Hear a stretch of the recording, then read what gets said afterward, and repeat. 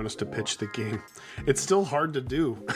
Yeah. We'll wait till like everybody sums it up for us. You'd get hit by something, you'd counterattack, you'd generate meat, but you can't eat the meat because you're a vegan.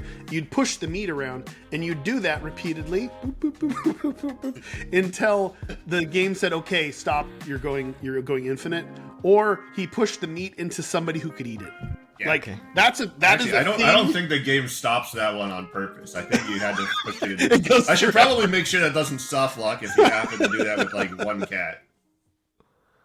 Welcome to the talk about Mewgenics with Edmund and Tyler. I am super hyped.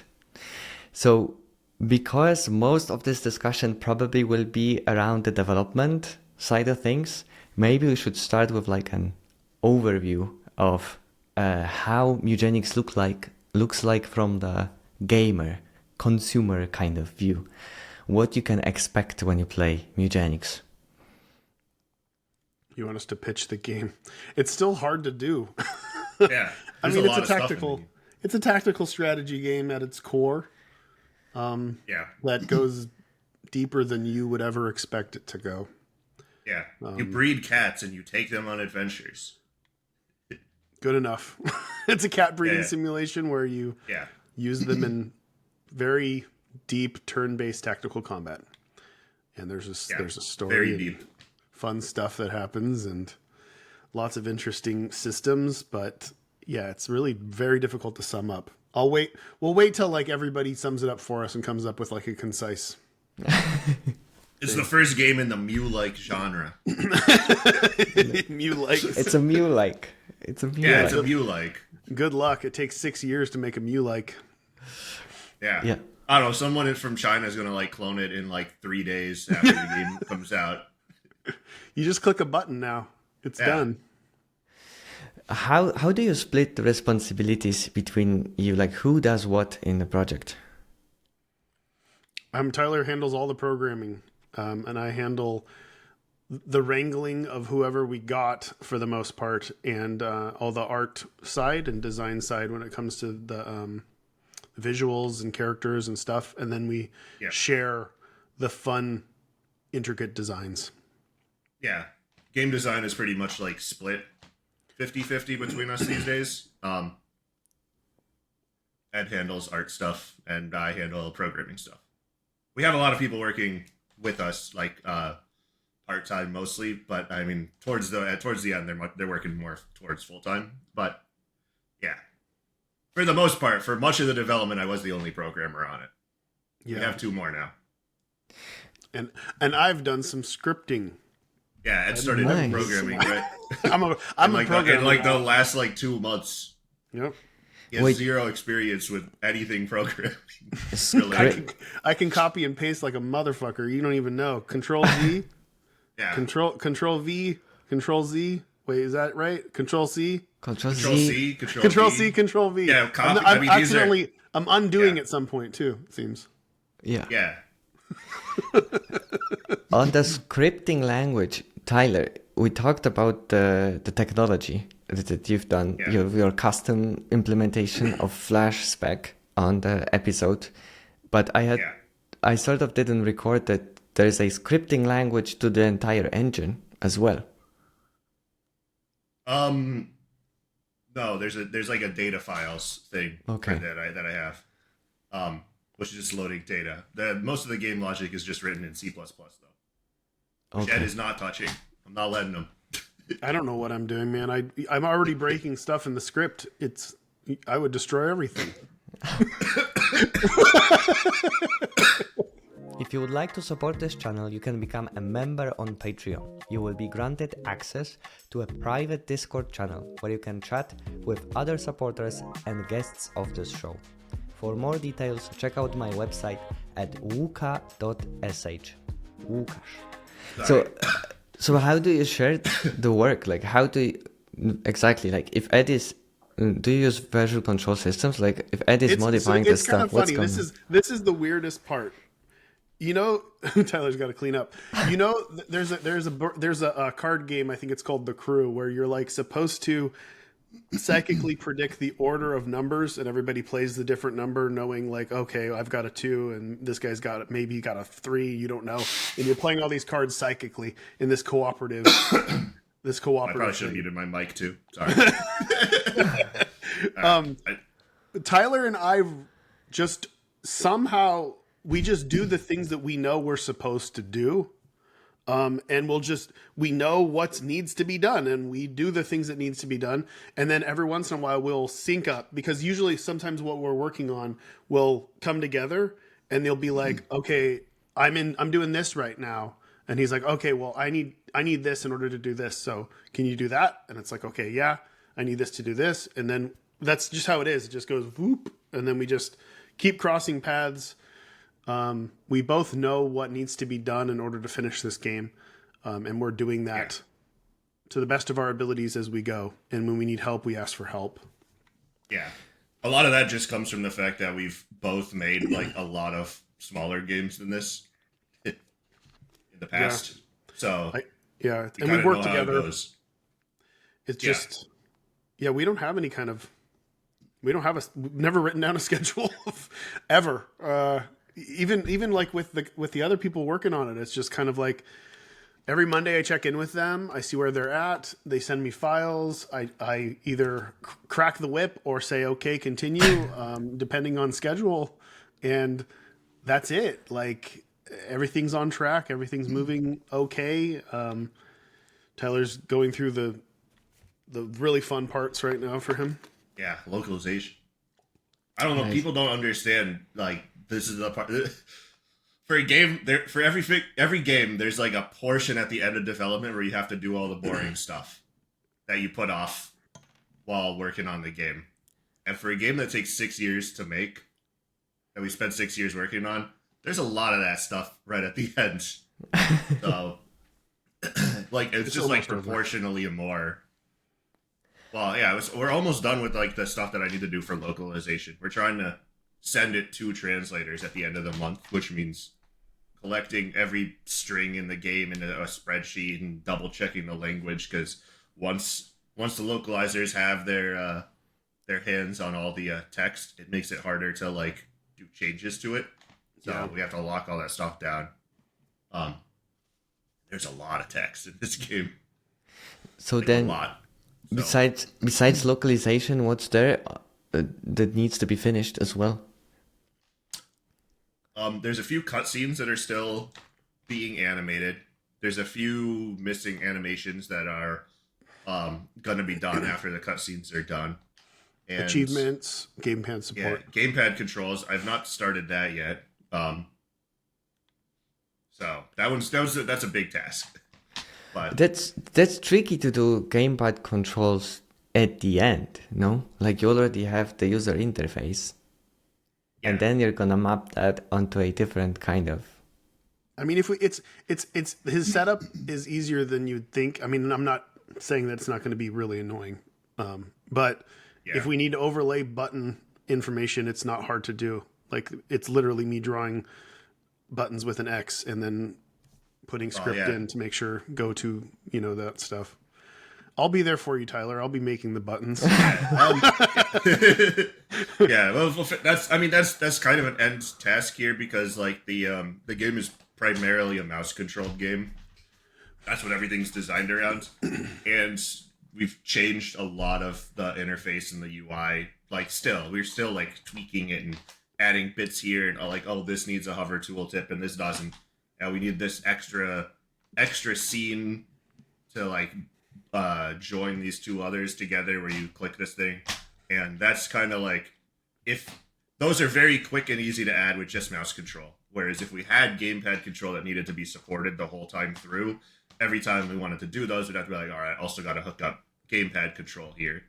And then there's like, we risk not needing that scene, which happens a couple times where you like add a menu thing and it's like, oh, this one isn't necessary. We delete it. So it just seemed like it would make more sense to just do all that at the end. Works great on Steam Deck already, though. Yeah, people play it on Steam Deck with like the virtual mouse and stuff. A lot of our testers played on Steam Deck. I think our gamepad controls are going to be mostly virtual mouse.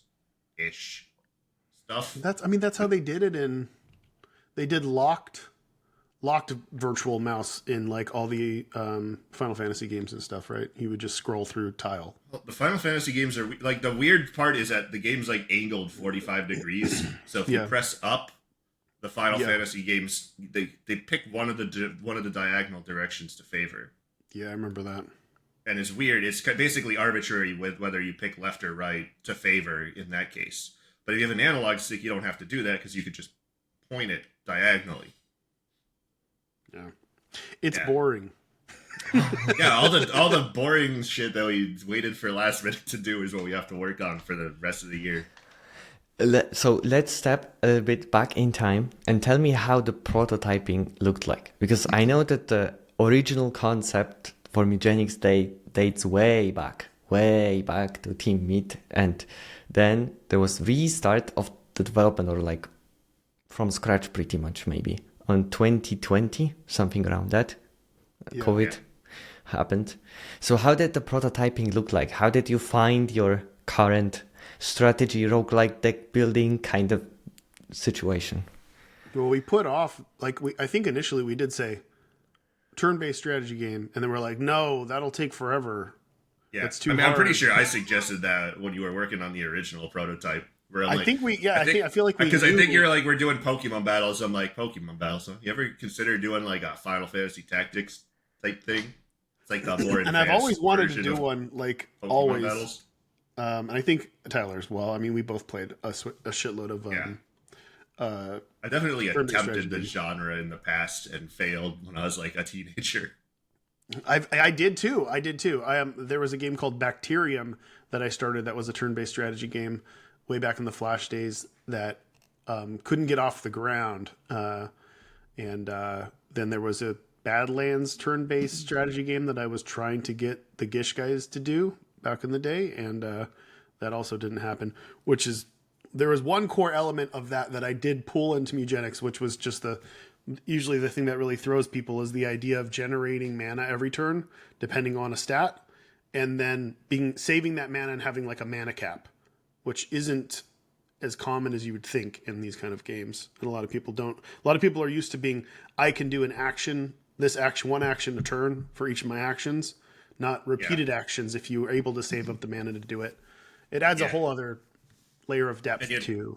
I'm pretty sure Final Fantasy Tactics literally has almost the same mana regeneration that we have, or at least the Game Boy one. You would generate mana every turn, and there was a cap to how much mana you could have, and spells would cost mana, but you could only do one thing a turn. So the only thing you could do with the mana is like save it up to use something. Big. Yeah, okay, yeah. Whereas I think people coming from like, I don't know why. I mean, probably might just be technical reasons, because like those games ran on some pretty old hardware, right?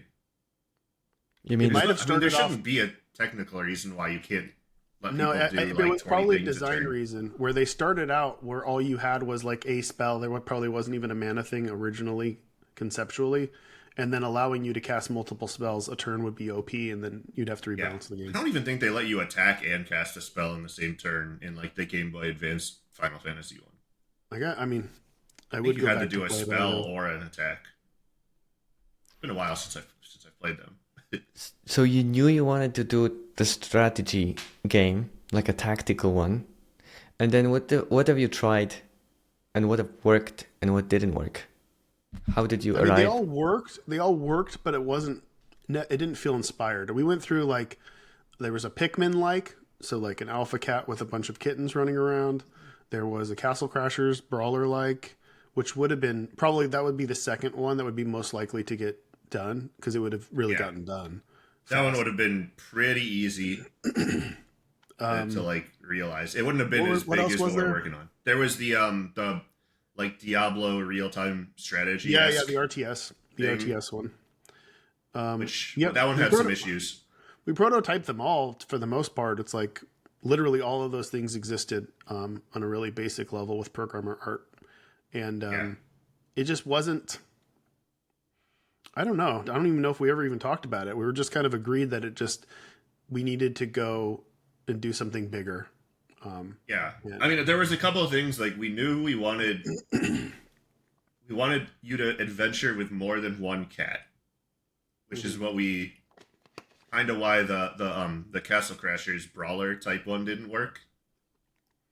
Even though that game would have worked, but it wouldn't have like done what we wanted to do with the concept. Yeah, that is true. We kept running into like, wait, we need other cats.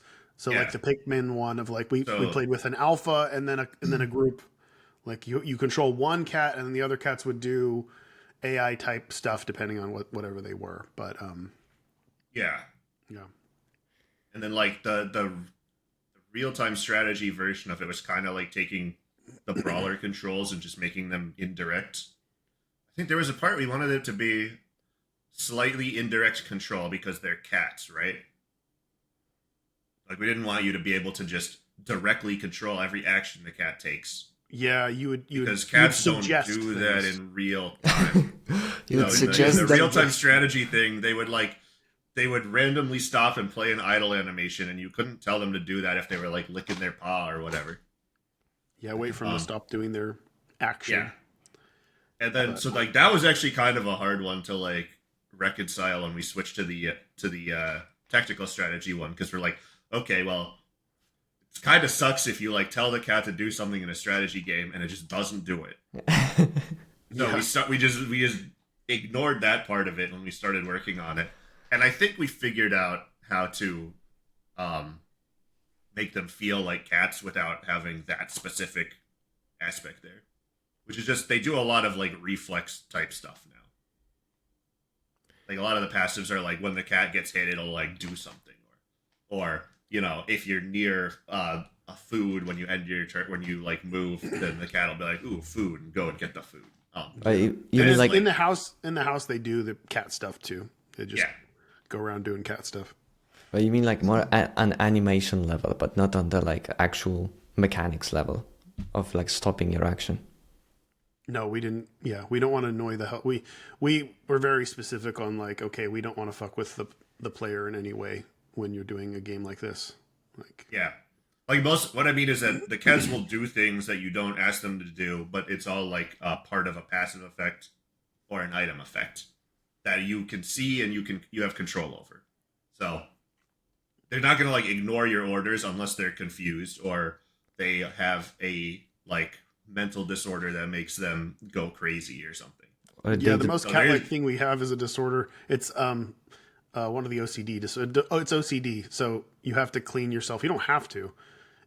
You can clean you should clean yourself every single turn. If not, you take damage.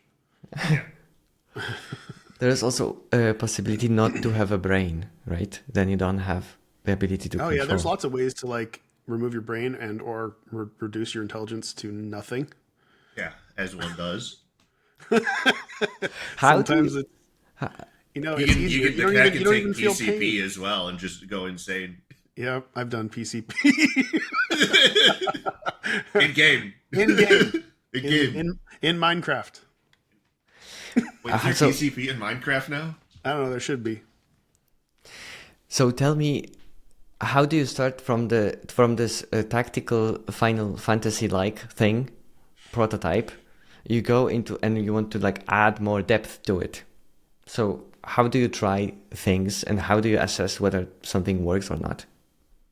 I think one of the biggest aha moments right in the beginning was we talked in depth about this is like Pokemon. Well, should we do the elemental aspects? And we decided really early that we weren't going to do the rock, paper, scissors aspect of like, okay, this beats this in a literal sense because it felt tired. And Tyler was like, well, let's do like actual elemental combinations in the world. And that's where I think the core of the depth of the game started, where we were starting. It literally started out with like fire lights plants on fire and it burns. Yeah. And then it spreads. And then Very from there, Breath it's of the like, Wild, well, kind of. yeah, for sure. Yeah. And then it's like, well, if this, then this, if this, then this. And it kind of went from an advanced tactical strategy game to an advanced tactical strategy game that had Rube Goldberg elements that you could set up in it that would chain logically together in ways that are really pleasing. And that depth was really cool. And then we just started to expand it in the very similar way that Wizards does with Magic the Gathering, where you've got all these core mechanics. We just kept adding these core mechanics and archetypes. And with each archetype, we had so much design space in this. There's like, this game has the craziest amount of design space. And we utilize every aspect of the game as a resource in some way, shape, or form. Like anything you see, a rock, grass, a dead body, meat, poop, all of these things are utilized in some archetype in some way. They are a resource. And in similar ways that Magic does with its systems, we just kept building out the system in the most logical ways we could. So you could experiment in this kind of sandbox world and make sure everything made sense. Like my guy counterattacks when he's hit. And this also says that my basic attack has cleave, which was like shaving off a piece of meat or whatever from who you hit. And then he also has this ability where, like Tyler said, moves towards meat and eats it. But he's also a vegan, so he can't. So the chain of this would happen is you'd get hit by something, you'd counterattack, you'd generate meat, you'd try to walk towards the meat, but you can't eat the meat because you're a vegan. You'd push the meat around, and you'd do that repeatedly, boop, boop, boop, boop, boop, boop, until the game said, "Okay, stop. You're going infinite." Or he pushed the meat into somebody who could eat it. Yeah. Like that is a I thing. don't think the game stops that one on purpose. I think you had to push it. I should probably make sure that doesn't soft lock if you happen to do that with like one cat. But that's a thing that I've had that. That is a thing. But there's so many systems. Like we're talking about 1,200 abilities that are all unique, that are all in depth, that all have multiple levels to them. You're talking about 900 items that are all the same sort of effects that pad out these archetypes. And then we've got disorders. We've got interplay between cats, interplay with the cat itself. We've got multiclassing. It's just like every time you play, it really is. Totally like we're frequently like sharing like, oh, did you know that this ability does this effect or whatever? And it's like, I mean, it makes sense it does that, but I've never done that. And it's like, oh, well, this ability can do a lot more than I thought originally when designing it, just because of the way it interacts with everything. It feels like a living thing. First of all, multiclassing. You have multiclassing apart from like the classes for cats, like mage. Yeah, and it's tied to the breeding. I mean, that's a core aspect of the game. Like that you probably won't even notice for the first 8 hours of the game until you're like, oh, I have this cat. He's a fighter. Let's say he's the one without a brain.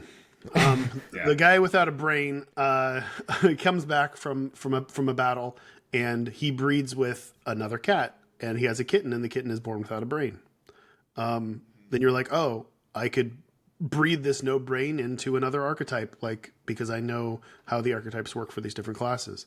Same thing goes for a class ability. If you have a fighter ability, you can give it to a thief. You can class it as a thief. It's basically like you have the chance of one or two, for the most part, abilities that a cat is born with that they inherit from their mother or father. I can't remember who it inherits from. I don't know if I still like have an asymmetry there or not. But depending on the stimulation and comfort of the room that they are born in, they will inherit these things, and then you have this aha moment of once you really know the game. Wait a minute. I can generate coins with this ability, and there's an archetype for coins in Thief. I should class it as a thief and see what happens. You get some wacky, deep, crazy stuff that just naturally pops up. There's a cleric passive that's like whenever you pick up a coin, your whole team gets 1 luck or something like that. And if you have that on a kitten and make it a thief who really likes coins and is good at like collecting coins. Yeah, there's a thief passive that says whenever you pick up a coin, gain another movement. So you can just be like, doot, doot, doot, doot. So if you had that, your whole team would have like 10 extra luck. Everyone would be critting. Like Like It's those great. are the things. There's so much. And I've never there's done that. literally infinite. Like yeah, no, I've not done that combo. I just was thinking of it when you were giving examples, and it's like Yeah. We've got testers with like 1,000 hours in the game who are still like pointing out new combos that they have, or like this ability is OP, or this ability I've never made work, and stuff like that. And the interesting thing now at the point where I'm at, so I did beat the game story at 260 hours. And I'm doing post game stuff at this point, just clearing stuff. But having played all of that, I totally forgot what I was gonna say because I was gonna say something spoilery, and my brain got wiped. What was I gonna say? Infinite mechanics and stuff. Discovering new combos. I lost it. Move on. I Okay. almost spilled a bean. A bean almost fell out. 260 hours for like a main game. But like, did you try to beat it as fast as possible? Or? No. Okay. I mean, I'm working on my save file. I'm trying to beat it as fast as possible, but I'm also like pulling like 10-hour days on this, on just the most inane reviewing localization stuff right now. But it's yeah, I did a lot of side quests and I did a lot of losing. Like this, I'm playing it as we're balancing. You know, I'm playing for a reason too. You know, this is too hard, need to rebalance. This is too hard, need to rebalance. So, I would say an average person would probably push into the 200-hour mark. yeah, I think like that's seems to be about what it's taking from like testers and stuff. 'Cause people don't know the specific things that they have to do in order to win the game. I do, so I'm trying to see what happens if I just only do exactly that. So my save file, I think I'm like on track to beat it in like 50 to 60 hours total, but we will see as I get towards the later game content where I'm more likely to lose runs. Yeah. Because right now I don't think I've lost any runs on that file. Okay, nice. 1,200 abilities, and you like mix and match them, right? So like the combos are like they multiply, they grow. Yeah. How The number is a little bit nebulous because of how everything works, but yeah. How I think we're counting disorders in there. how did you come up? With that many? Yeah. Like, We just what was sat the down and had process? fun. Well, we came up with like 2,500 abilities, and we kind of cut it down to 1,200. It's true. Which is, I'm not even like exaggerating there. Like we've got a like a Google Doc design doc where when we're designing classes, we're just throwing ideas in that doc. Yeah. I think most of the classes were extremely like over design. Like we just threw every idea we had for a class in the doc. Many of them had, 75, 80, 90 actives listed. And then when I'm implementing them, I'm only implementing a few of them at a time. So, over the course of a couple of years of working on this, I would go through the doc and I would be like, okay, I need to add 5 more mage abilities to the mage. We have 60 things designed in the doc. What are the 5 best ones that like fill out the class more? And I would do that. I would add those 5. We would then play the game, work on other stuff in the game, and be like, come up with new ideas once those 5 are in there with their context. And then there'd be like 90 mage abilities in the doc for the next time. We had the number locked down, so we knew this was more than we would need. And there's a lot of times where we go through the doc, we're like, oh yeah, these aren't good anymore. Like we can't do this ability. This is so less exciting than the stuff we've had now. So, But yeah, design wise for the abilities, we are looking at a few different specifics, and it's we want to make sure that every class has spells they can cast early, really low cost spells, medium cost spells, mega spells. So there's those archetypes. Then there's attack spells, miscellaneous spells, defensive spells, movement spells. Those are I think 4. And then each class also has 4 major archetypes and usually 1 minor archetype. So we're trying to fill the cycles and make sure that every 5, 10 whatever abilities that go in are hitting all those marks, so we have a roughed out or averaging out things, because it is important to make sure you have a well-rounded arsenal. Like you can play, like the game plays either you're playing aggro, defensive, or combo. Like those are like the three major archetypes that you're playing. You're either trying to win as soon as possible, or you're super defensive, you've got some crazy, I'm gonna tank up, I'm gonna do something really big, save up my mana, defensive strategy, or you've got a combo that you're trying to set up to go off. And it's crazy how different every run is with all of those things at play. Yeah.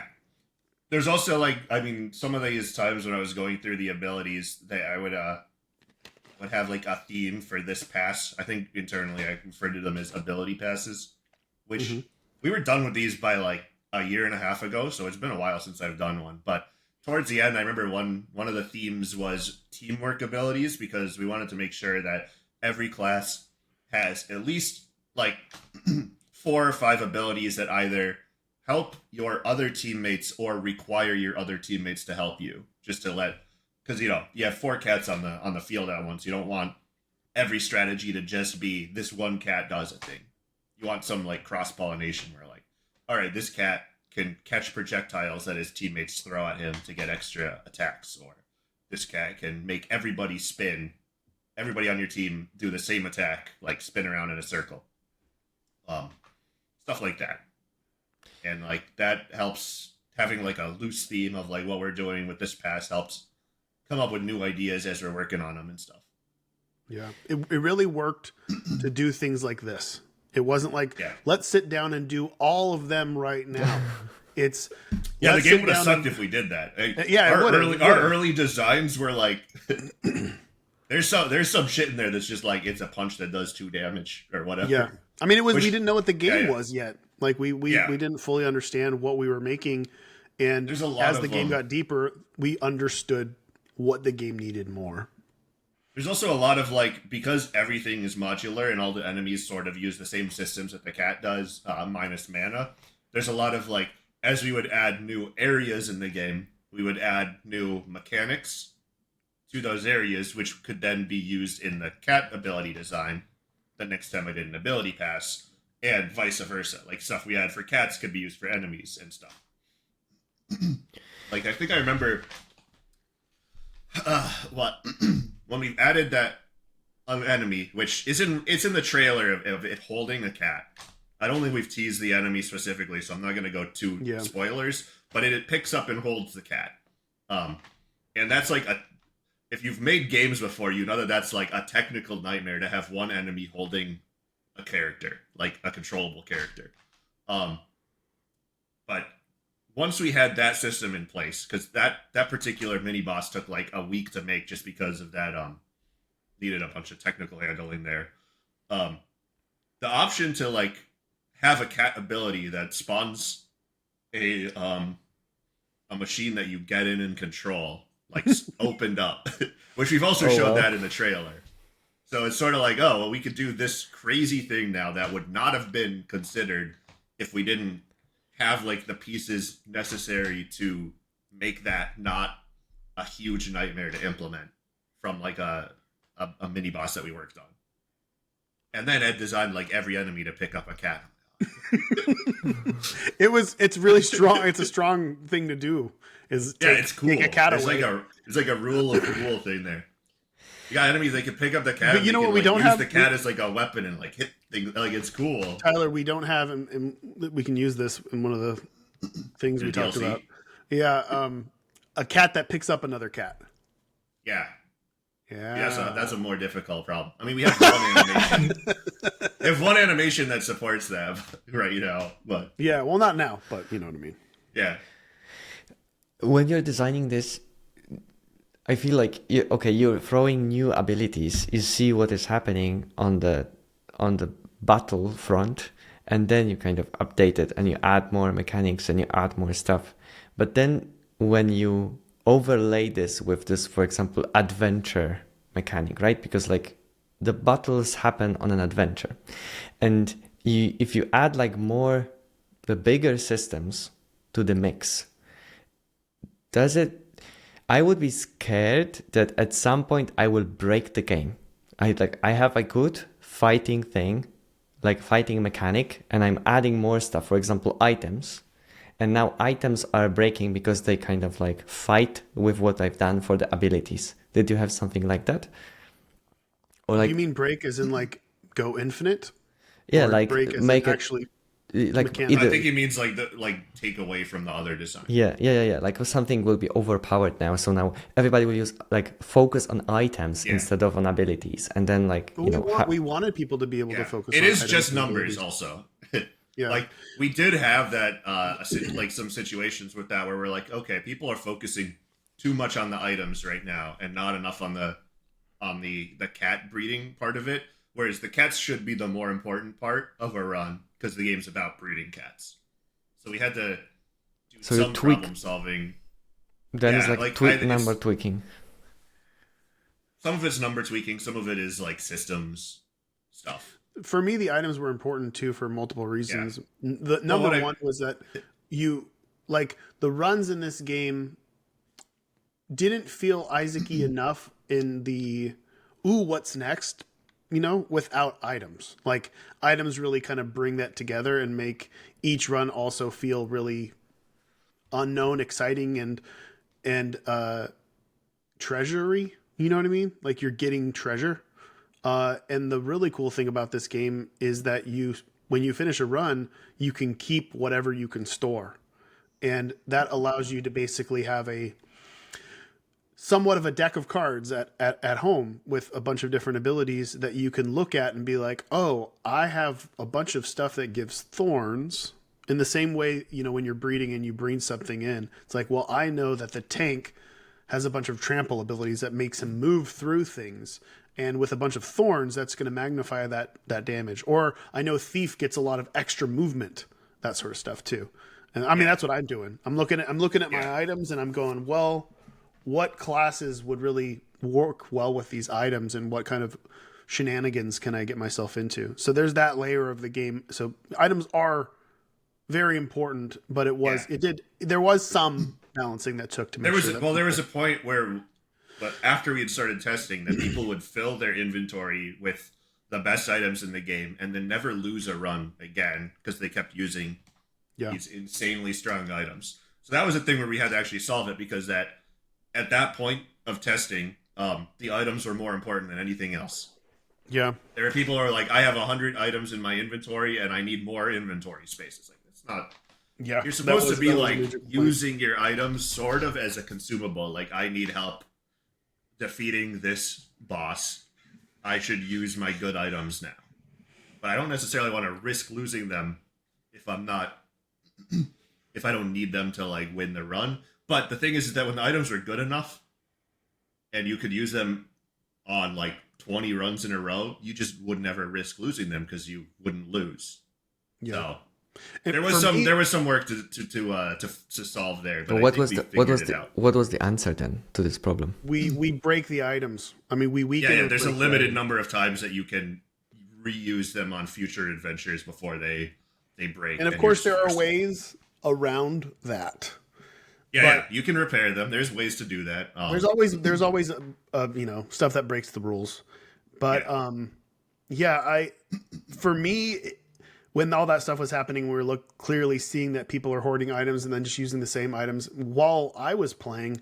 And I noticed I had to stop myself from using the same builds because it was getting like samey. That's one thing I don't want to see in this game. I think I don't want it to be super samey. You don't want every run to be like, I have this equipment and whatever else. And a few of the testers were really like, no, don't make items break. I think most of them were okay with it. Yeah, there was one or two bits where they're like, I don't like that my food can break if I don't eat it on the adventure. But it's like, all right, we'll just think of it as the food spoiling, I guess. There's a lot of that, but this is one of those things where it's like, if this game was in early access and people were playing it and we made that change, they would fucking just, hate like, us. Spam negative reviews on the Steam page. You're like, why you make items break?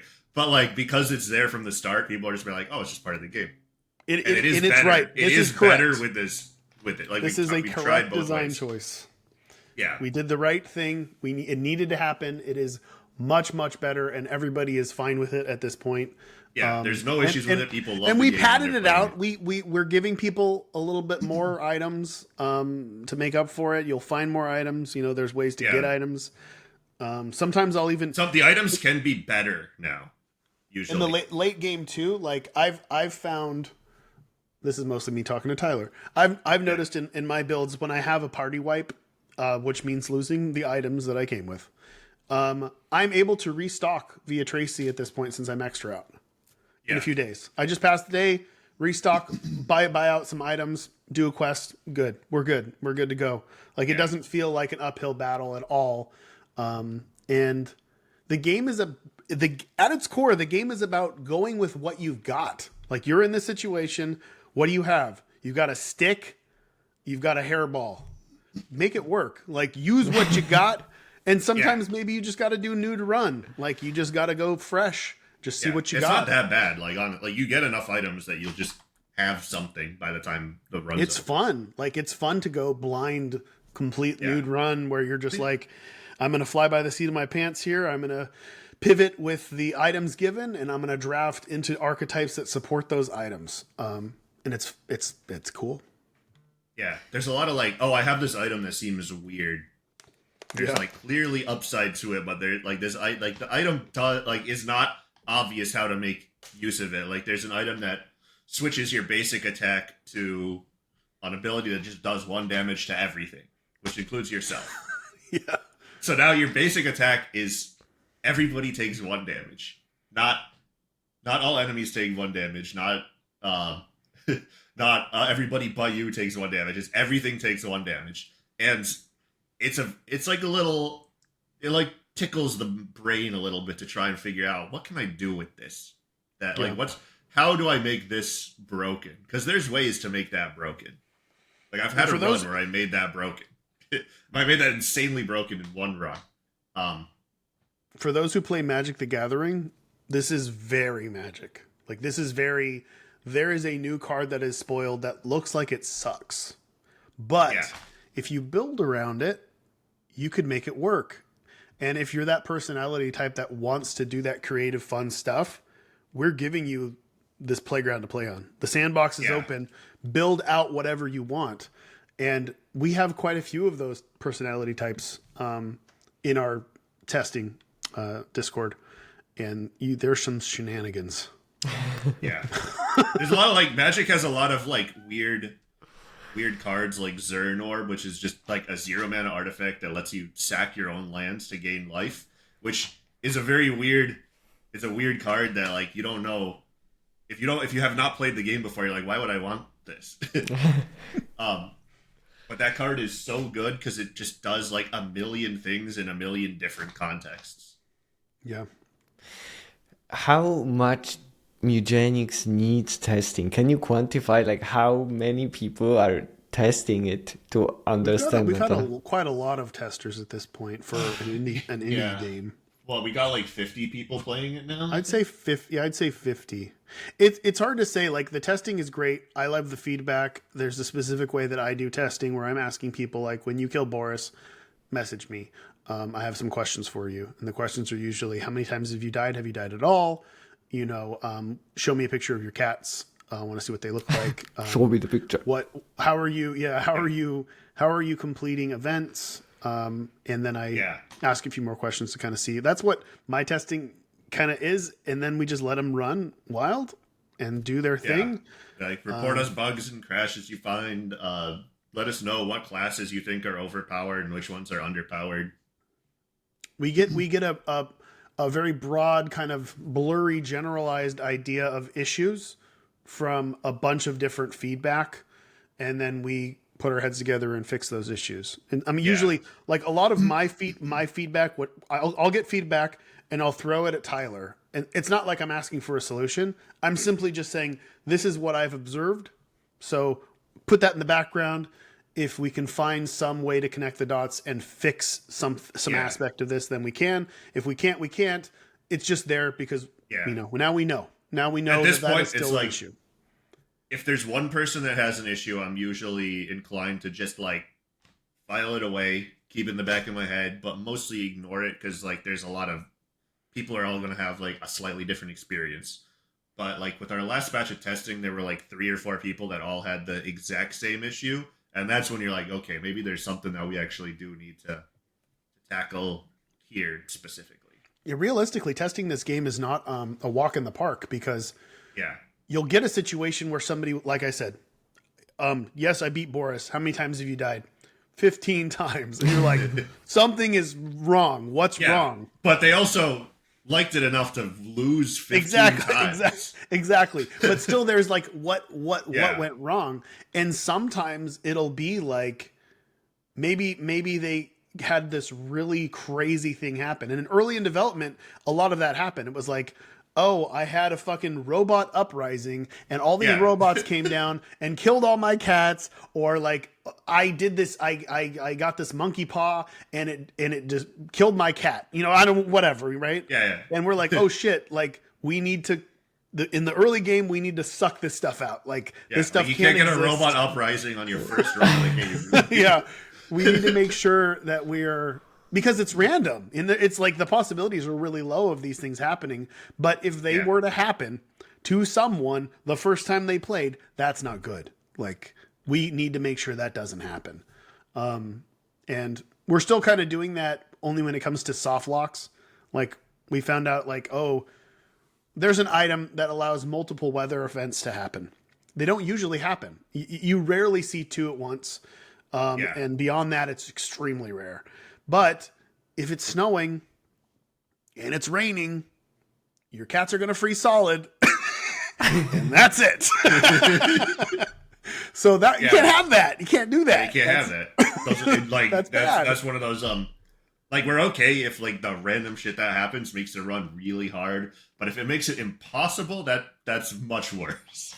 Yeah. This it's crazy that didn't pop up until last week. I mean, there's ways around it being raining and snowing, but it for the most part, if you get both of those and roll certain types of enemies that do either ice or water effects, you're done. It becomes impossible. Like they'll freeze lock you. You can't take actions, and then you'll die. Like there's a little bit of like, okay, well we gotta prevent this specific thing from ruining someone's run outside their control. And it takes a lot to find that stuff because the game's so big. Yeah. And this is a late game thing. So it's like, yeah. But it was found. it was discovered. So how then do you use RNG in a good way? Like in general, you have lots of RNG in Mewgenics. How would you say, what's the good way of using RNG? Well, you got to be careful with it, right? Like we do not have built-in mischance on your own abilities, other than specific ones that are designed to have like 50% mischance. There's no you've chosen it. If you have mischance on your abilities, you chose an ability that has that where that's the design of that ability. Or there's no everything has a 91% chance of hitting, and then, oh, I missed. Well, that sucks. And likewise, the enemies, for the most part, will not crit you if they attack. Other than a handful of specific enemies where that is their gimmick. So there's sort of like we want as much of the game to be like deterministic as possible, but then all the randomness is stuff that you either choose to engage with by picking an ability that has that as an aspect, or the events are very random, and the point of those is to just give you situations that you need to adapt to. Mostly. Like it's you're gonna go to an event, it's gonna be like there's a dead rat body on the ground. What do you choose to do? You can eat it, you can examine it, you can loot it. There's a big random pool of outcomes that is different for each of those options, and it depends on your cat's stat whether you get a good one or a bad one. For people, there are some people that might be upset that this is just kind of like random shit that's happening, but it's important because since one of the main themes of the game is roll with what you got. Like shit happens, figure out how to deal with this and like what the good and what the bad about that is and stuff. Yeah, I'm sure people will be taken aback and they'll be like, "What's this? But What's this dice doing in my my game of chess?" You know what I mean? But that's one of the most charming aspects of Magic the Gathering is the fact that there's the randomness of your deck. And you can get mana screwed. That's not fun, but it happens. And the luck of the draw is important, I think, in many aspects because it keeps things exciting and interesting.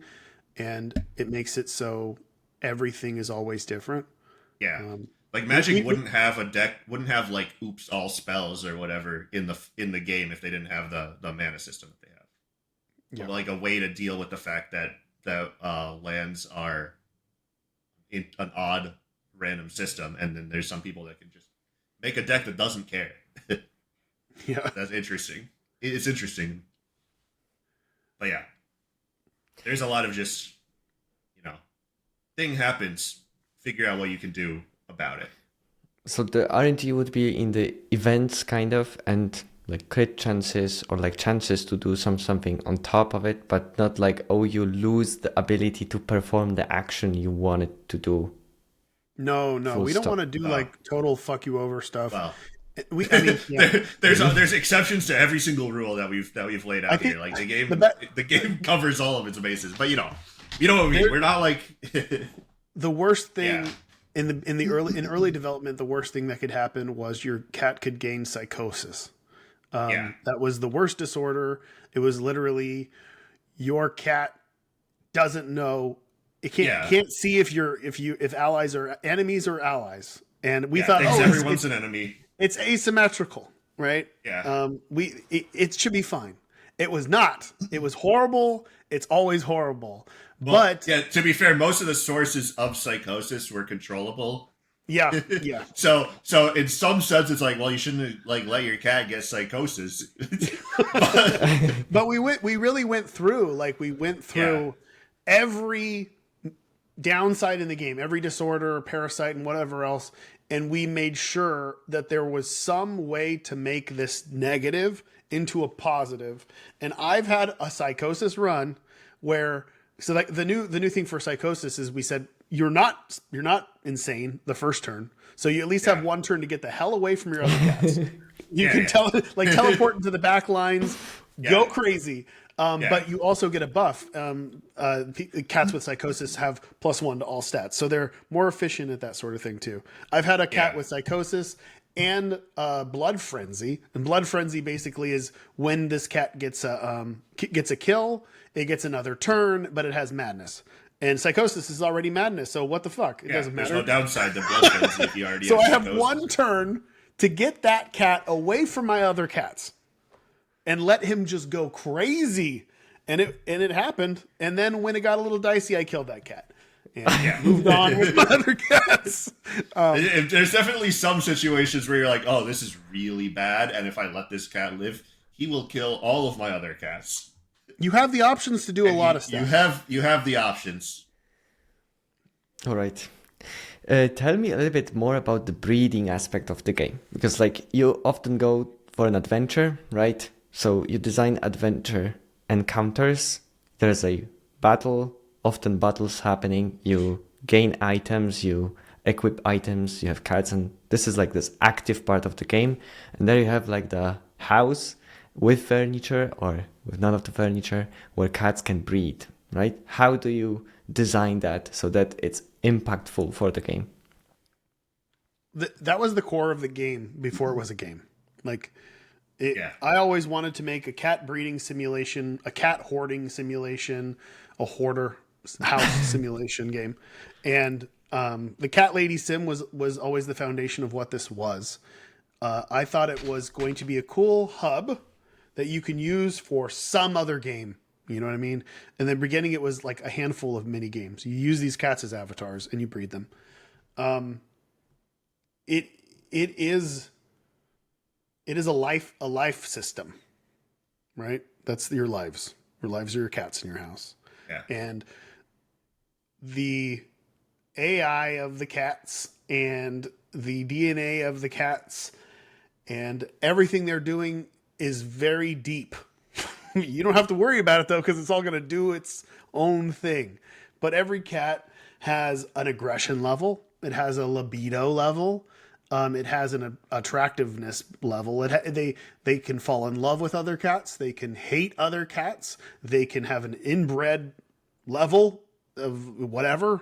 Their sexuality is also on a spectrum. So they can be bisexual. They can be gay.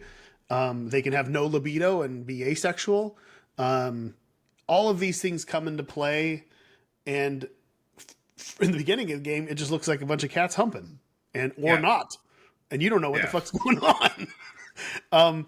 But as you play, that system becomes an interesting and fun little simulation that happens that builds character. You start being like, oh, this cat killed its mom. It was a hyper-aggressive, psychotic cat, killed its mom, got +1 strength. I'm going to class that one as a fighter. We're taking it on an adventure. Mom killer, the mom killer is now, it happens to be named like crazy girl or something, like all these serendipitous things that happen with the RNG aspect of the game. And they create stories as well as mechanically, you're literally creating one-ups in your house that have abilities, hopefully, that are tied to the other cats that you've had that you can draft around. It's a big thing that looks simple when you see it. To me, like one of the things is that the way that the two halves of the game link together is pretty important in that the like core idea behind the game is like the breeding cat simulation stuff. The adventure, which is incredibly deep and huge, is there to support the like breeding mechanics in a way, right? Like it's in order for the breeding to matter, like in a game like Pokemon, where you can breed Pokemon, you're not breeding Pokemon because you find the breeding interesting. Like maybe people are breeding for shinies or whatever, but people breeding them are trying to get specific stats and specific abilities that serve their purpose elsewhere, kind of. So that's sort of the same here, where like you're breeding, you need to be able to think like, I have this ability and this other on one cat and this other ability on another cat. It would be cool if these abilities were put together and combined into a combo, because I've not had this combo before, and it seems like there's like potential here. And so the whole like deep systems-based adventure that is stapled onto the breeding thing is that way specifically so that you can like have your own goals in breeding the cats, where it's not just like an NPC saying like, oh, I want a cat with a fish mouth or whatever. To what extent this is controlled through because like I can have my own plans, but you put a cat with another cat in a room, but you have tons of cats. Yeah, if you got tons of cats, they're going to do what they're going to do. And if you realize, oh, this cat's killing everyone, you should probably take it out of that room. And if it continues to kill people, either take it on an adventure or donate it to somebody who wants it. Yeah, you can upgrade your house to have more rooms. So, like, towards the end, by the end of the game, you're going to have 5 rooms in your house. And you can be like, all right, this room is for I want these 2 specific cats to make a kitten room. Yeah. And then this room is, like, storage for all the ones that are going to go on an adventure. And this one's storage for all the cats I don't care that much about. You'll find ways to manipulate aspects of this stuff as you play. There are things called totems that you will discover, and those will do some stuff for you. Like the furniture, we haven't even really touched on it, and none of our streams have gotten into furniture, but the furniture is simplistic. We took that down. Like that was a really deep system that we kind of cut because it was needlessly complicated and the game was already too much. So we simplified it, but it's still a pretty deep system where it's got a bunch of different attributes that affect your house globally, or the room that they're in, or the cats that are inside the room, or whatever else. And we don't instruct the player on how you should do whatever. You're just given this information, and you can do whatever you want with it. And we've had some very interesting things, even though it's only like 6, if you count the ups and downs, like 6 or so different mechanics that you can use, because like health can go up or down and mutation. But there's 5 stats and then like 3 like one-off things that show up on the totems or you can, much like how different players choose to play the adventure, it's the same thing goes for the house. Like you get people who are like, I want a really cute house. I just want it to look nice. I don't care about the stats. And the stats don't matter that much in the late game once you like have enough stuff. You can just make a cute house and that's cool. There's other people like me who want to fill every space, stacked to the roof. Like the whole thing is full. Like that's my goal for every room, because not only do you get a bunch of good stats for those rooms, but you also feel good about yourself when you filled it up like Tetris style. And there's also people who are total psychos who figure out like, oh, if I remove comfort, like, so cats and poop and dead cats will lower the comfort level of a room. So you'll see it go down, down, down. Like usually you want to go up, and that will cause aggression. So you have a room where literally you're putting cats and they're going to become hyper aggressive and you fight each other, and the winners get bonuses. So you can have some cat fighting ring if that's the way you want to do it. It is actually there for you. And it kind of naturally just happened. It was just logical of like, well, comfort goes up, then they're more comfortable and they want to breed more. Comfort goes down, they become more aggressive and problematic. They want to fight. Turns out, and we want to make sure that there's a reason, like you get something out of cats fighting. It's not just they kill each other. Yeah. So one of our testers did like go hard on this strategy. They like a whole cat fighting ring room where he would just throw fodder at a strong cat that would just keep killing cats to gain stats before taking it out on an adventure. Such a gamble though, because that cat could go down. Yeah, and that cat could also lose a fight. Like that's they're definitely like rolling the dice on that strat. But like if it gets strong enough, then it's possible you could have a really OP cat. Yeah, you could have a really OP cat. You could do whatever you want. If you have moral issues with that one, just don't do it. Don't do it. Yeah. Like, I don't do that strat. I don't do it either. I don't want my cats killing each other. I have a mutation room, and that's as far as I go. Because usually with mutation, you get also negative health, which can be interesting because that's a good way to get a bunch of crazy disorders. Yeah. I like how you discovered these along the way. Like you made the game so deep that you can discover these after you made them. Like not in front. That's what kept the game fun. That's one of the reasons why we were able to get through a 6-year development cycle. Like the game feels alive. And also once we find those strats, we can make more stuff that like feeds into those strats. Yeah. You must have like custom tools to like editors to plan out and like, hey, I got like 1,200 abilities. I want to now see this cat with these 4, this cat with these 4, and like play the game. Do you have such things, or it's like you didn't? It's just a dev console in the game. You open it up and type commands. That's about it. Okay. And no, we can't. I don't think we can realistically do. You can. Visual editors are like I do want to write a blog post about this at some point, but for the most part, I think that the simplest thing is the best in that regard. So all of our data files for all the abilities and stuff is just a text file format that you edit in a normal text editor. There's the only visual editor that we use is the level editor, which Ed's the one that uses great visuals. Great visuals. I've drawn art for all the enemies in MS Paint in there. I will make that public. I'll make that public after. I'll send that to the localization people so they can see all the enemies in the game. Yeah, there's definitely some where it's like I put a screenshot of a PNG of a gun as one of the enemies. They'll know what that means. I will make all those public after the game comes out, and they're once they're no longer spoilers. But yeah, that's the only like real like custom built editor that we have. Everything else is mostly text files and spreadsheets. And realistically, there's so many abilities in the game. It's really hard to, like, if you're given every single ability, it's kind of hard to be like, well, I'll try this ability and combine it with this. I don't think I've ever done that. Like, I just play the game and let it happen. Yeah. I mean, you could just, if you want to test a 2-ability combo, you can open up the game and in the debug console, give your cat those 2 abilities and use them. Like, that's how we test this stuff. Okay. Also the fuzz tester, which just plays the game randomly at max speed. Whoa. I think I've talked about before. Like that's a tool we use to find bugs.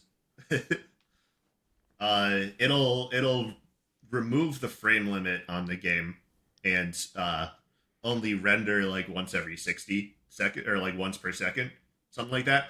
But or only render 60 times per second, but will update as fast as the computer can run the game, and then give all the cats AI control, like a enemy brain, and then set them up with random abilities and just run until it crashes. And then record all the RNG seeds. Doing random actions, taking random moves. Yeah. Okay. Random, or sometimes throwing in like an AI controlled move there as well, because it'll target, there's like a 1 in 100 chance of using an attack on an enemy if it has like, there's 100 tiles on the board. But I do need to test actually hitting enemies and not attacking empty tiles all the time. So half the time it'll use AI and half the time it'll target random stuff. With such a huge scope of the project and like level of like modularity and things can happen after like doing other things, Tyler, when you were doing like the programming aspects of it, weren't you afraid that like at some point like the whole thing's gonna crash and burn? Like this is all custom tech built from scratch, and like, whoa, how stable do you think the things are? It's actually very stable. Like, I don't think the game doesn't crash that much. I've gotten like 1 crash report in the last month from the testers. Nice. I think. I find them fairly regularly when I run the fuzz tester, but those are usually easy to fix. The only crashes I've ever seen were my fault. I think the fuzz tester helps a lot because it can play 20,000 games a night or whatever. So it can play way faster than a human, and then just tells me, the last crash I found from the fuzz tester was a trash bag tried to counterattack me. I was like, what? How did the trash bag try to counterattack you? Like, the trash bag can't attack, so it crashed because it couldn't counterattack. It tried. But it's like, I don't know how to attack, and then it crashed. There is an interesting question from the audience. Is there a feature or a thing you would like to add, but it would be too difficult or time consuming to program, so it will be probably never be added? It's a question. I suggested a bunch of stuff. Multiplayer? Multiplayer, yeah. Online multiplayer. Online multiplayer. That's the answer for that question for any game that you ask it. That's not a multiplayer game, by the way. It's pretty funny going through development whenever I suggest something that, because I'm a layman, and I don't know what it actually takes programming wise and why certain things will work and won't work. And I'll throw a lot of stuff at Tyler, and he'll be like, that can't happen. And sometimes I'll make it work anyway. Yeah, and then, yeah. And then sometimes I'll laser focus on one thing. Work. I'll be like, we need this this by release. And he's like, I don't think it can happen. And then he does it. Oh. Yeah. Or, I mean, there's some, like, early on in development, I'm pretty sure we've teased the toady enemies, right? Yeah. Which disguise themselves as rocks. I think the initial design of that was they go completely invisible.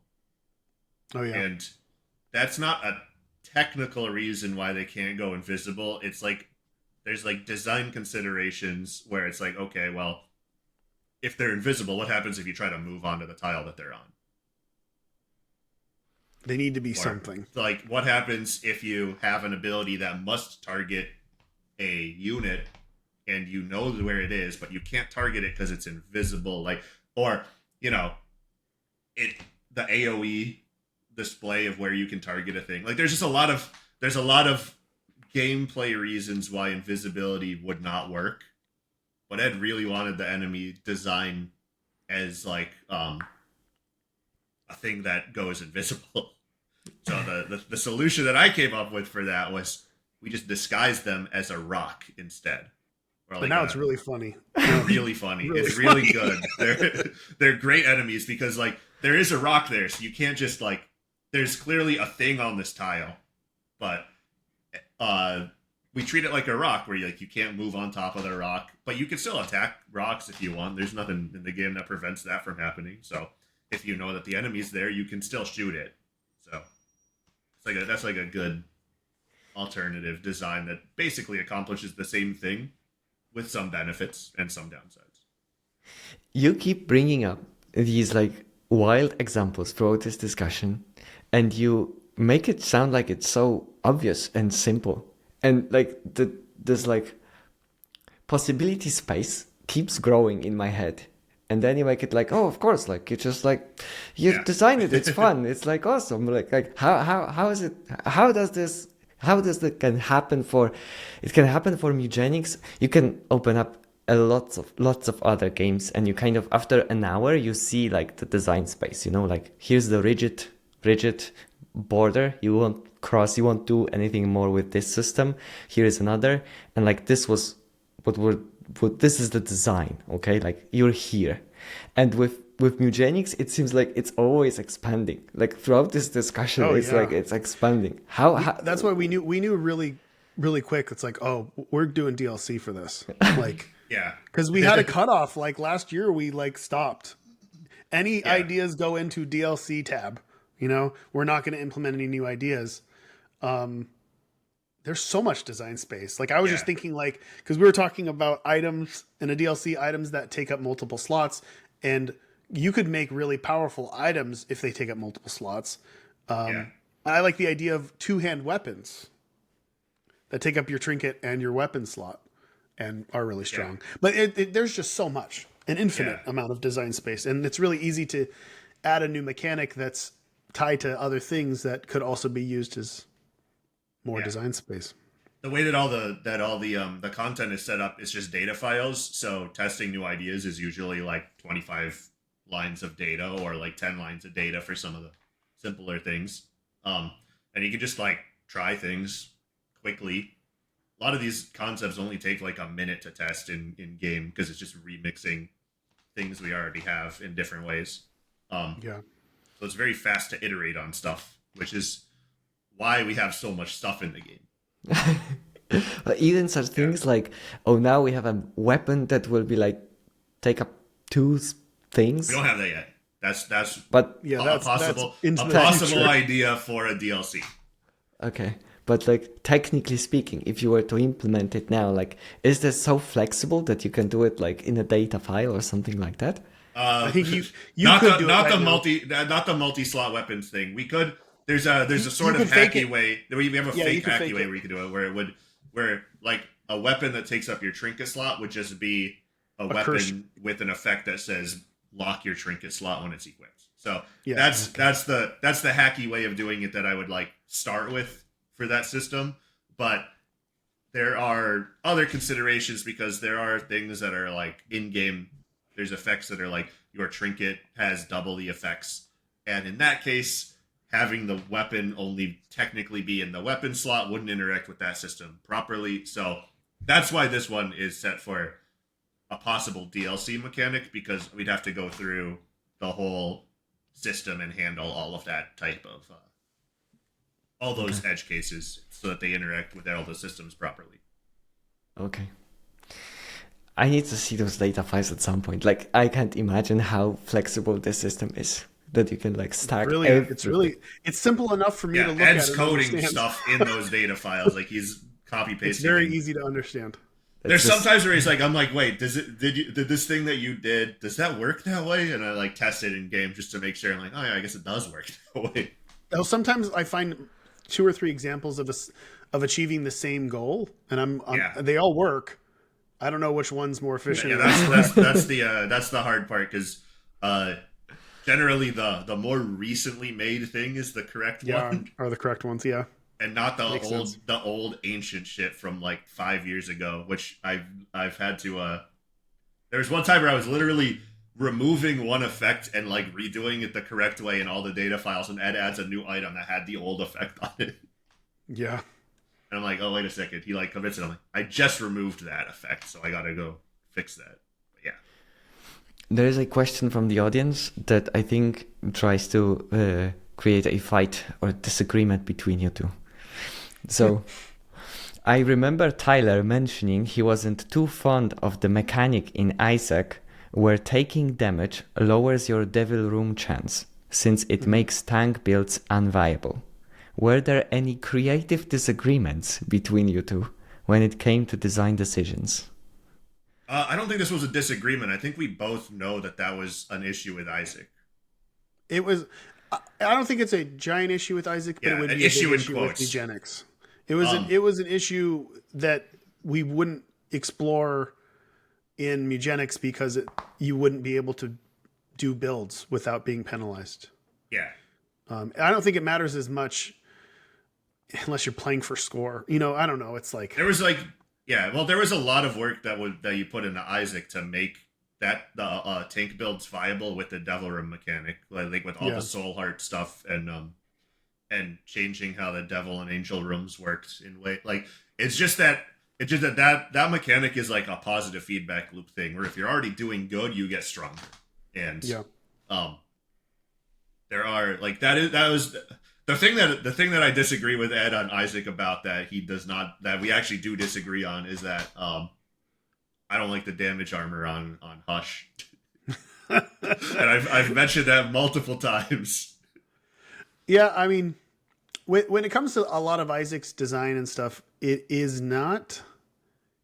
I don't obsess over the rights and wrongs of it because it really feels like throwing shit at a wall and seeing what sticks. And like I'm not very meticulous when it comes to that design because I didn't feel like I needed to be. It felt like a slot machine. It felt like a reflex driven game with a lot of luck and RNG to it. So I'm not ever losing sleep over something like that. It's not like I think it's correct. I don't think it's not correct. It works and I'm leaving it in. Yeah. You know what I mean? Isaac is very much in like a don't touch it situation. Yeah, it's fine. It's fine, and I'm not going to obsess over it. There are little bits and pieces I think would be fun to keep to balance and keep alive like we are doing. But even though they are similar in a lot of ways, Mewgenics and Isaac are vastly different when it comes to my approach strategically. Like I think a lot of people are like, "Oh shit, you're making a turn-based strategy game, and you made Isaac that didn't have any information about anything you get. It's going to be terrible, and no one's going to know what's going on." It's like, well, the first thing we agreed on from the very beginning was all the information needs to be there always.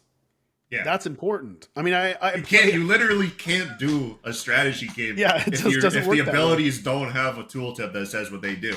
Like, how are you going to use your lightning bolt that stuns things if the only information you have is an icon that shows a lightning bolt and like 5 mana?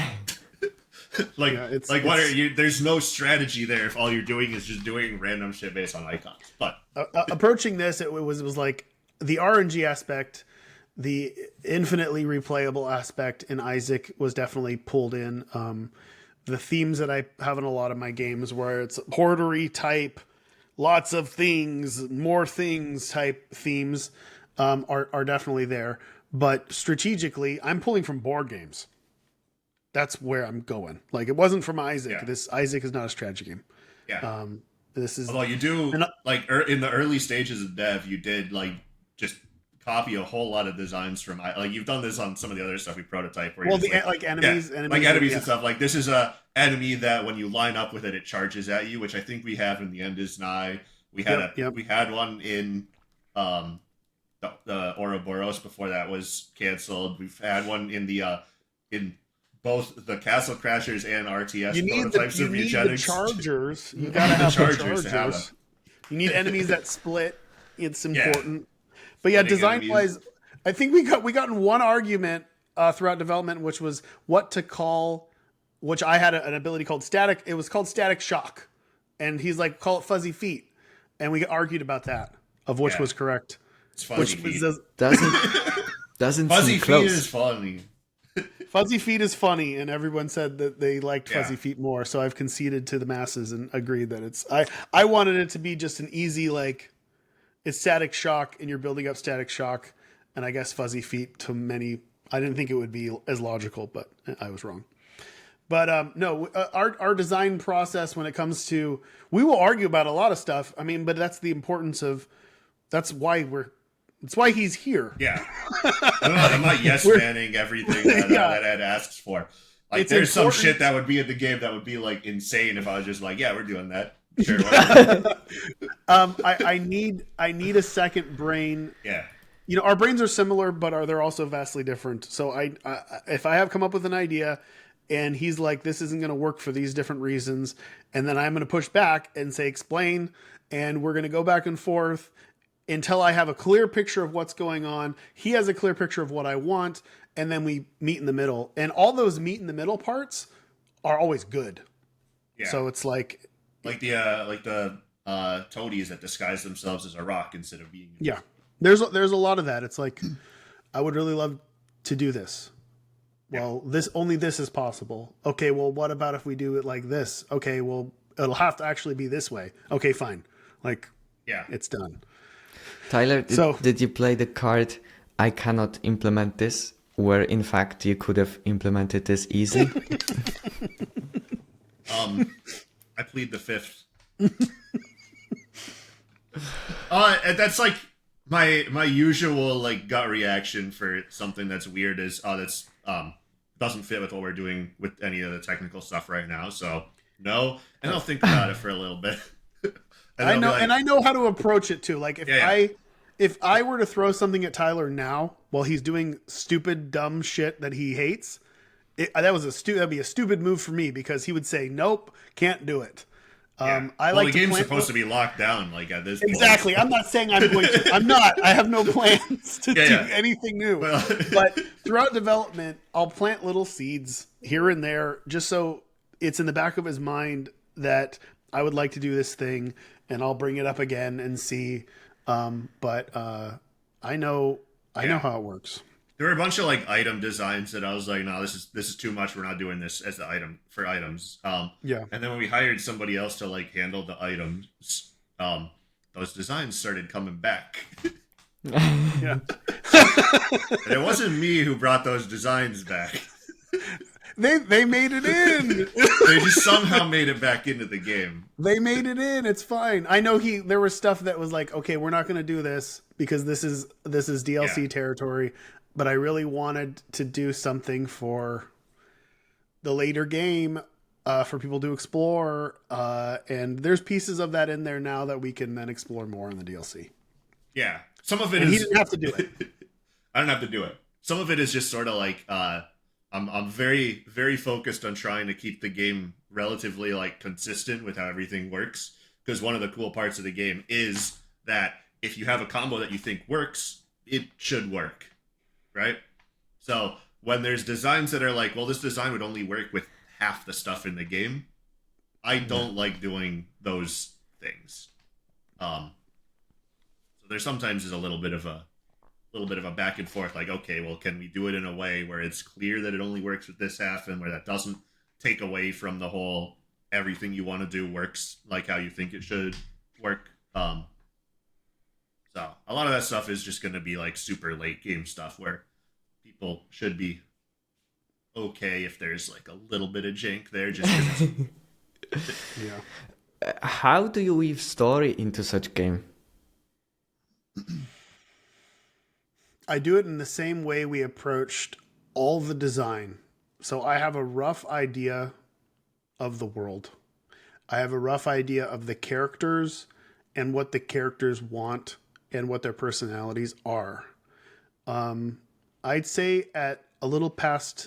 about a year and a half ago, I decided, this is going to be what the game's about and where it's going to end. And then like 9 months ago, I changed that because the game had changed enough. The game had changed enough that the new story or ending or whatever you want to call it worked a lot better with it. And I wish I can't say what I had. The ideas I had these multiple things I wanted to do.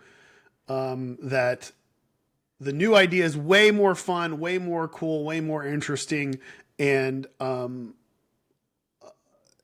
I wouldn't, if I would have just locked that down early and said that's happening and we're doing this and start the process, it would have been a more lackluster way of telling a story. So I try to approach things open. Like, I let the things happen, and I'll swoop in every once in a while when writing dialogue for these characters. And I literally never write anything down anywhere. I've never written any story elements down. I've never drawn anything down. It's all in my head, and I'm doing it on the fly. So it's What? true. Yeah. So when I sit down, like if I tell Tyler I'm doing dialogue today, Yeah. I go down and I'm writing for Frank. I'm literally making dialogue up, free form improv as I go with no rhyme or reason. And I'm pulling from themes that seem correct. And I'm piecing this character together in a way where all I know is the start and the finish. And I'm weaving this thing as I go. And I'm touching on different aspects of the game that have been written in the music, that have been explored thematically in the game, that have been drawn in the background by another artist. I'm pulling from all these things to make the world feel like it's living, like a deliberate, and everything is there with a purpose. And I slowly discover what this character's heart is. Where is their soul? What do they want?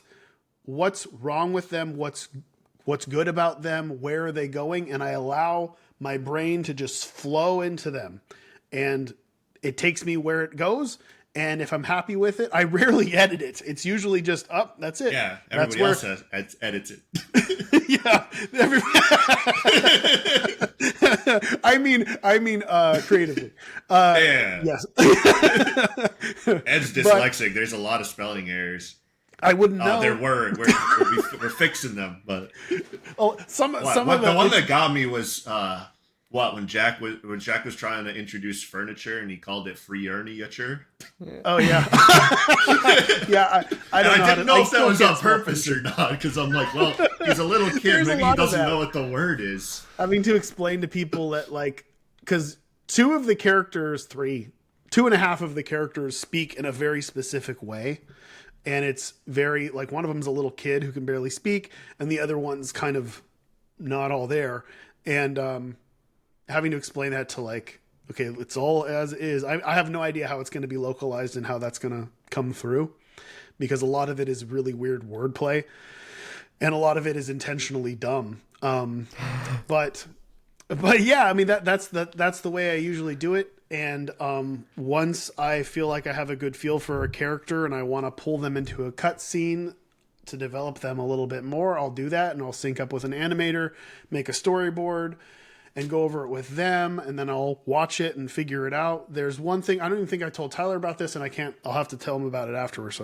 But there is an aspect of one of the final cutscenes that I realized would be so much more impactful if there was just a little bit of audio placed at a certain part that I just had Joey do.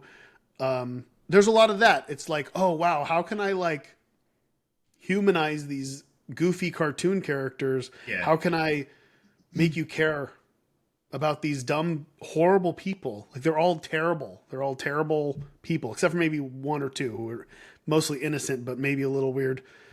But it's just developing the character, developing the world, and then letting the player's actions create a story, and then wrapping the story up for them. Yeah, and it's not like super strict. Like, I've added a handful of things myself when I'm like, oh, we could add this, like, visual effect on this sequence to to tie it together to this other. There's no way to talk about this without spoilers. Yeah, I know. Because it's like the ultra like end game, like the ending of the game kind of stuff. But just in vagaries, there's stuff where we know, like I know what Ed's stories are like, and the types of things that can like link things together and like foreshadow in interesting ways. But yeah,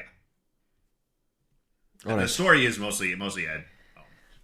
He's got that stuff under control. This player has a character in the story, or is this like a player and so let's not answer that one, right? Yeah, okay. just play it and see. Okay. Yeah, forget about the question. Let the NPCs talk to you, and you'll learn things as you play. Let yourself become the character. All right.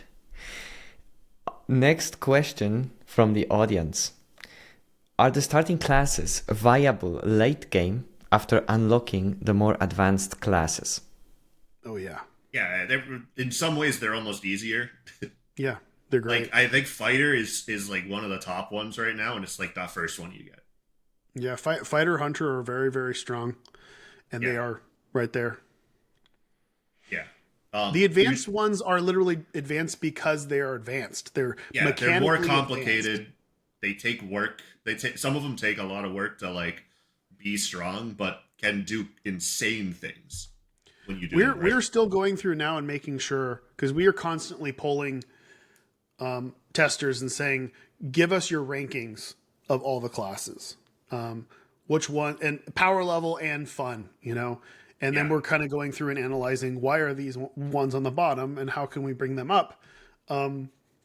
Every class is completely viable. Even the ones that I've said recently aren't as viable, I've recently had runs that were busted. So it's like they're all there. Sometimes the RNG of what you draft and what you have maybe might make you think that they aren't as strong, and then you'll have another run that they're just busted, and it's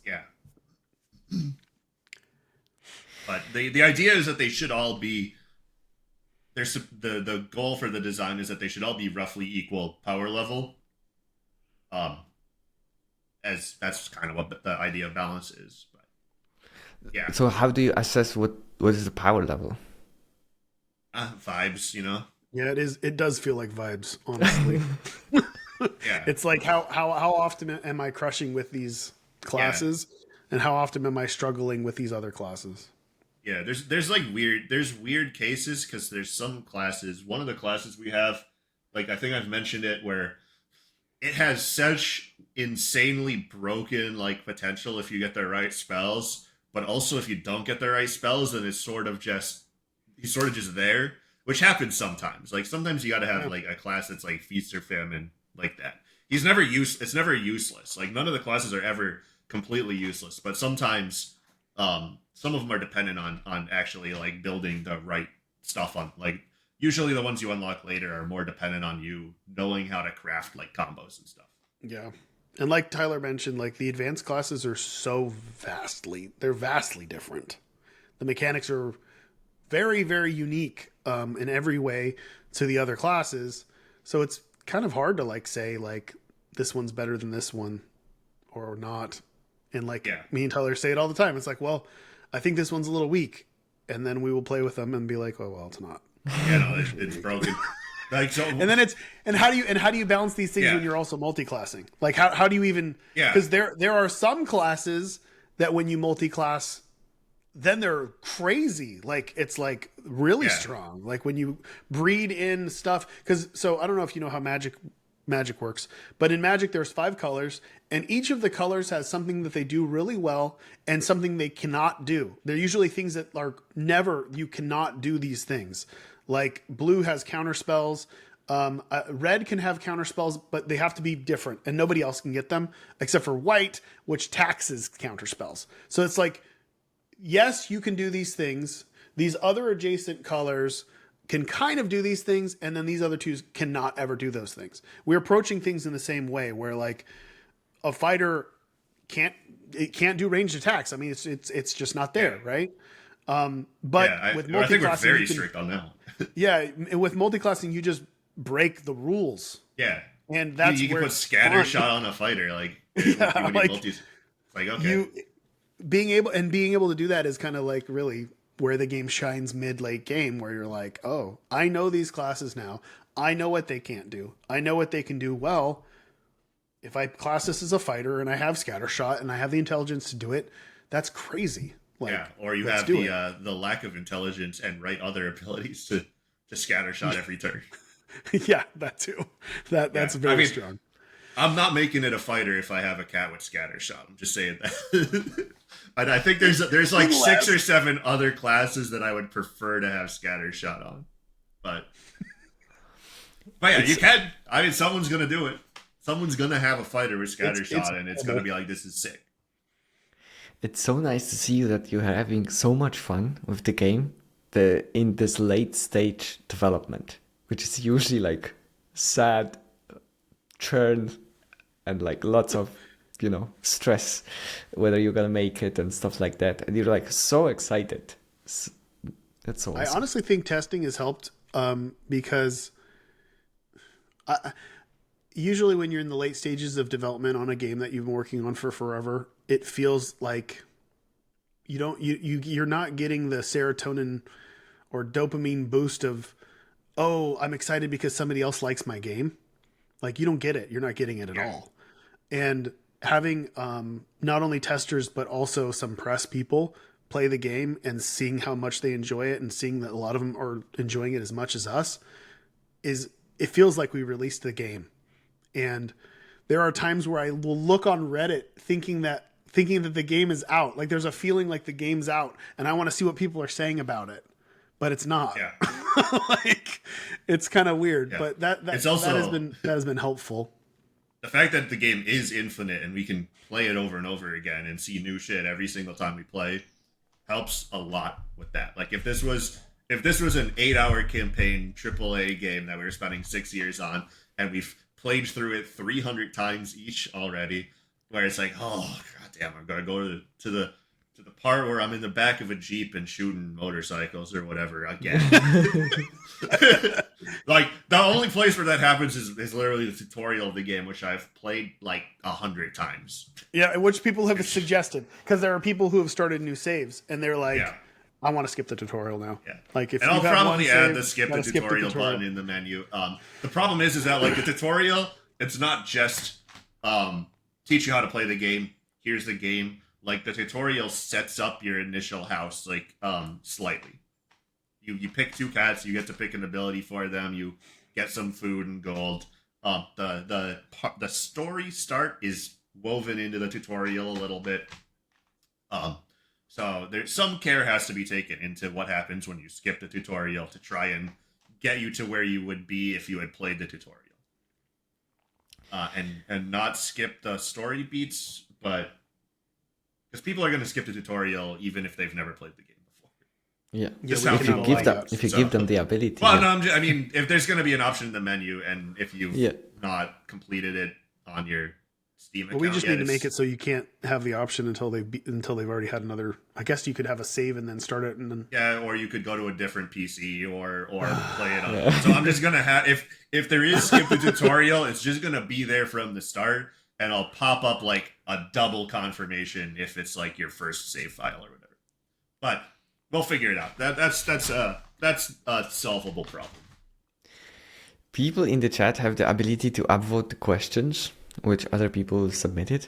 And there was a question that I thought I'm gonna skip because it didn't seem that like impactful. And at this point, it's like at the top of the list. Like it has most votes. Okay, so wait, what? Be prepared for the question. Will you be able to rename the cats? A section in their menu where you can choose their own name. No. How the names of the cats are being picked? You guys are making them. Yeah, we had a user survey where people could submit cat names. And they we have like 10,000 of them, and it picks from that list. So this is a couple of other secret things as well. I want everyone who's watching to come with me and think. We're going to all think together because this is something that on a surface level, you will knee jerk and you will say, I want to name my cats. And it's important. But having a lot of experience with this game and having testers who have a lot of experience with this game, I can guarantee that almost none of them will say that that is something that is needed or wanted. And I will try to explain why very quickly. When a cat's name is generated from this pool, it imbues a personality in the cat that you don't even realize. It is just there. Because a lot of these cats will have stupid names. And a lot of them will have names that are like Fat Girl, right? And then serendipitously, things will happen. Fat Girl will eat all the food. Fat Girl will, you know what I mean? Great or example. you'll draft around Fat Girl. And Fat Girl will save the day. And the name that isn't something that you would have come up with in your mind will create a picture of this cat that will carry much further than naming it ST10 DEX7. You know what I mean? I've played a lot of games where I've named things. I played Pokemon Go, right? And I saw the bullshit that I named that shit and then got tired of doing it, and that was it. Yeah. It's fun for the first couple minutes because you get to name things after people you know, and then you run out of things and you stop doing it, or you just start calling them Bob 5, Bob 6, Bob 7. And there are aspects like Tyler touched on. There are aspects of the naming stuff that's important to allow things to just be how they are so the game can let you have fun and have fun with you. Yeah. Name-wise. Little things that can like give you a reason to want to use a cat over another cat, even if it's purely like a flavor thing. I'm sure somebody will make a mod that we've seen a lot of that. We've seen a lot of situations with our testers where they will get a cat that's like the same name as one of the pets that they had as a kid, and they will treat that cat differently because of that. Oh, or wow. it's the name of one of their partners or whatever, and they'll treat that cat differently. And it's such a cool thing. You don't get that if you could just name the cat like, oh, I'm going to name him after my pets as a kid. And then you do that and whatever. But when it's like that 1 in 10,000 chance because there's a lot of names in the game, you get that 1 in 10,000 chance, you're like, oh, I had a cat that was named Fluffy or whatever. And now Fluffy is here. Now it is a very fun, cool aspect of the game. It is very cool that you guys have submitted these really unique names, some of which are from other countries. You know, there's a lot of like, I think I did a stream where one of my cats was named Farter or whatever else in Russian. And people kept pointing it out and how funny it was that this cat that I didn't know what it meant. And it was just a stray that was left outside and left. So Farter was there and then he wasn't. But Farter became a thing in people's minds that they talked about in the comments. And it's way cooler than you realize. And you won't realize until you really dive into the game and start experience it. Now the most upvoted question is Guppy ? Guppy question mark. Which we'll leave it like that. Guppy question mark. Yeah, that's my response. I think they answered their own question with that one. Exactly. Yep. I think it was a statement. This is more like a statement than a question. There is a cool meta question though. Do you think that programmers should multi-class into design and art a little bit to make good games? You're going to spread yourself thin. Well, I do think that games are 50% programming, 50% art. I mean, I'm not. They're also, the art is like there's music and stuff as well. But I mean like games are an inherently technical thing, and I think that the best games out there have somebody working on them that understands programming and design, because the design is inextricably linked to the programming in a lot of ways. And I think that if you have just a programmer who doesn't understand design, that's a disaster. They're not going to know how to build these sort of intricate linked systems that the core of these games are. or they're going to fall into, well, they're just going to program the same thing that everybody else does, make like a AAA shooter in Unreal Engine and let the designers figure out how to make that interesting. Okay. Is there some more like a more concrete example that you could draw on in terms of like what would be the sort of straightforward programming thing without thinking about the design? I struggle to. I've worked with a lot of programmers who that are just coders, if that makes sense. Or script people. They can make the things that you say, but they don't have any input or understanding of how the design is working. They're just there to implement technical aspects. Yeah. In a company, a programmer in a company is not usually having an opinion on design. They are being told what to do. And there's a designer there that's doing it. That's whatever else. But what Tyler said is 100% true. Like if you're working in indie games and you're a programmer, you need to understand design. It's extremely vital, or you're going to misstep horribly. Or you need to have the designer understand programming as well. Yeah. Like you need some amount of that overlap in order for, like, you either need an artist program, like a designer programmer, or a programmer designer. But when it comes to art and programming, I don't think I think it's usually better. It's so rare to find somebody who is equally good at art and programming. It's a brain balance that usually doesn't even out in any elevated way that would matter. The ones that I usually know are usually primarily artists who can program, but program isn't their major interest. Yeah. There's a handful of art things that I do with like shaders and particle effects, but yeah, they're they're I mean, it's good to understand what looks good, for sure as a programmer. But yeah, I think usually trying to wear that many hats will usually spread yourself thin, and you'll kind of become like this base level, which is what you want in this field is spikes, right? Somebody who's really good at art doesn't do programming. Somebody who's really good at programming doesn't do art. That's usually the way humans work. All right. Then let's close out with this question. Okay. Why cats? I mean, why not cats? What's the alternative? Dogs? Is that the implication of that question? That, like, why isn't it also dogs? Or why isn't it humans? Why isn't your game with a title that's a pun on eugenics about literally humans? Yeah. I'll answer it with a question. I'll answer it with a question. Is it really about cats? Is it? Nice. I don't think it is. And I don't think you will think it is either. It's a little bit about cats. It's about cats in a lot of ways. I think big picture wise, you may not think it's just all about cats. Yeah. But also just like cats are better.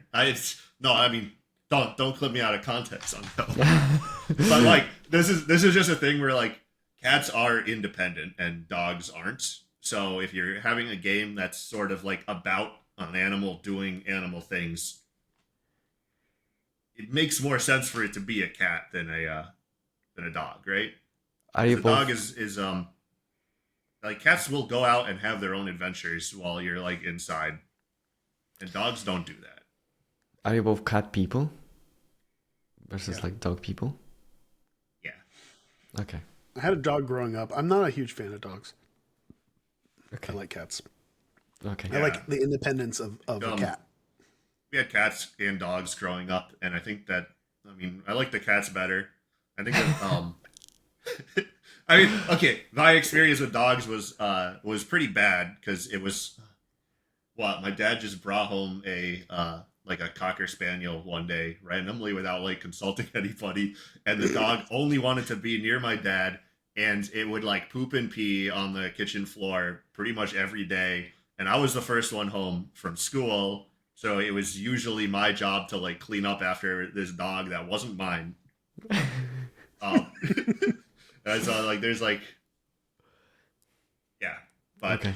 I don't also has hate dogs in next door. general, but I do hate, like, as an adult, the sheer amount of times that I've lived next to somebody who just has like a barking dog that they will not tell to be quiet is very, very annoying. Like, make your dog shut up, please. Like, I'm sorry. Like, if you can't like give the dog the attention that it needs, and they need a lot of attention, you probably shouldn't have a dog. Like, it's not fair to the dog, for one, but it's also not fair to everybody that lives on the same block as you. Maybe we aren't fans of dogs because we're lazy. Well, I'm just not going to have a dog if I can't like walk it every day. Whereas that doesn't stop all the people that live near me from having a dog that they just like leave in their car all day or whatever. Yeah, it's called being irresponsible. I know people have kids that do the same thing. Yeah, That's that's also probably worse irresponsible. actually, right?